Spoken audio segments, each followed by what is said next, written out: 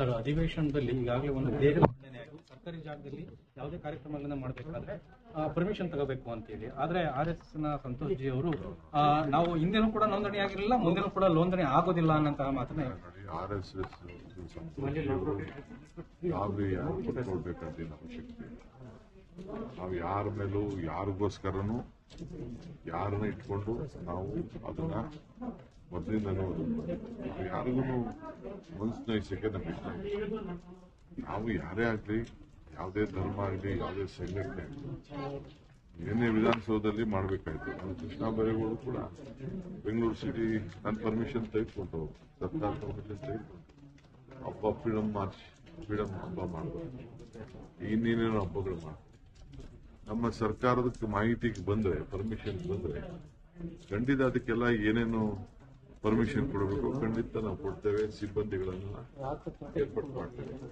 So ಯಾರು ಗಾಬರಿ ಪಡ್ಕೊಳ್ಬೇಕು. ಈ ರಾಜ್ಯದ ಎಲ್ಲರೂ ಕೂಡ ಅವರವ್ರ ಇಚ್ಛೆಯಂತೆ ಕಾನೂನು ಚೌಕಟ್ಟಿನಲ್ಲೇ ನಾವೆಲ್ಲ ಸೇರಿ ಕೆಲಸ ಮಾಡಬೇಕಾಗ್ತದೆ. ಅದರಿಂದ ಯಾರು ಬಿಜೆಪಿಯವರು ತೊಂದರೆ ಮಾಡ್ಕೊಳ್ಳೋದು ಬೇಡ, ಕಾಂಗ್ರೆಸ್ ಅವರು ಮಾಡ್ಕೊಳ್ಳೋದು ಬೇಡ, ದಳದವರು ಮಾಡ್ಕೊಳ್ಳೋದು ಬೇಡ, ಯಾವ ಸಂಘಟನೆಯವರು ಮಾಡ್ಕೊಳ್ಳೋದು ಬೇಡ.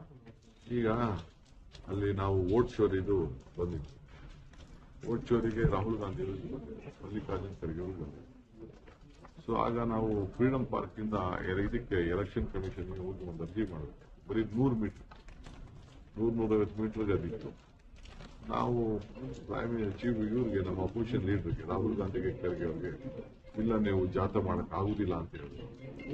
ಯಾಕೆಂದ್ರೆ ಕೋರ್ಟ್ ಅಲ್ಲಿ ಒಂದು ಪರ್ಮಿಷನ್ ತಗೋಬೇಕು ಅಂತ, ಕೋರ್ಟ್ ಸುಪ್ರೀಂ ಕೋರ್ಟ್ ಎರಡು ಕೂಡ ಪರ್ಮಿಷನ್ ತಗೋಬೇಕು ಅಂತ ಹೇಳಿದೆ. ಸೊ ನಾವು ಅಧಿಕಾರದಲ್ಲಿ ಇದ್ದೀವಿ ಅಂತ ಹೇಳಿ ನಾವು ಅಧಿಕಾರದ ದುರುಪಯೋಗ ಮಾಡಬಾರ್ದು ಅಂತ ಹೇಳಿ ರಾಹುಲ್ ಗಾಂಧಿ ಅವರಿಗೆ ನಾವೇ ಕನ್ವಿನ್ಸ್ ಮಾಡಿದ್ವಿ. ನಾನು, ಸಿದ್ದರಾಮಯ್ಯನವರು ನಾವೆಲ್ಲ ಸೇರಿ, ಹೋಮ್ ಮಿನಿಸ್ಟರ್ ಪರಮೇಶ್ವರ್ ಅವರೆಲ್ಲ ಸೇರಿ, ನಾವು ಬೇಡ, ನೀವು ಇದನ್ನ ಮಾರ್ಚಿಲ್ ಮಾಡಬಾರ್ದು ಅಂತ ನಾವು ಅವ್ರಿಗೆ ಹೇಳಿದ್ರು. ಯಾಕೆಂದ್ರೆ ನಮ್ಮ ರಾಜ್ಯದ ಅದು ಕಾನೂನು, ಅದು ಕೋರ್ಟ್ ಕೊಟ್ಟಿರುವಂತ ಒಂದು ಕಾನೂನು.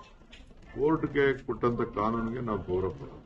ಬಟ್ ಅವರು ಹೇಳೋದು ಸ್ವಾತಂತ್ರ್ಯ ಬರೀ ಚರಕ ಅಥವಾ ಉಪ್ಪಿನ ಸತ್ಯಾಗ್ರಹದಿಂದ ಬರಲಿಲ್ಲ, ಉಳಿದ ನಾಯಕರು ಕೂಡ ಇರೋದೇ, ಅದನ್ನ ನೆನಪಿಸ್ಕೊಳ್ಳಿ ಅಂತ ಹೇಳ್ತಾರೆ. ಪಾಪ ಅವರು ಹಿರಿಯರಿದ್ದಾರೆ, ಅವ್ರ ಮಾರ್ಗದರ್ಶನ ಕೇಳೋಣ, ಏನ್ ತೊಂದರೆ ಇಲ್ಲ. ಬಟ್ ಮೊದಲಿಂದನೂ ಕೂಡ ಆ ಕಾನೂನಲ್ಲಿ ಕೆಲವು ಅವಕಾಶಗಳು ಏನಿದೆ ಅದನ್ನ ನಾವು ಸ್ವಲ್ಪ ಕ್ಲಿಯಾರಿಟಿ ಕೊಟ್ಟಿದೀವಿ ಅಷ್ಟೇ. ಯಾರು ಗಾಬರಿ ಮಾಡ್ಕೊಳ್ಳುವಂತ ಅವಶ್ಯಕತೆ ಇಲ್ಲ. ಸರ್, ಇದು ಜಾರಕಿಹೊಳಿ ಅವರು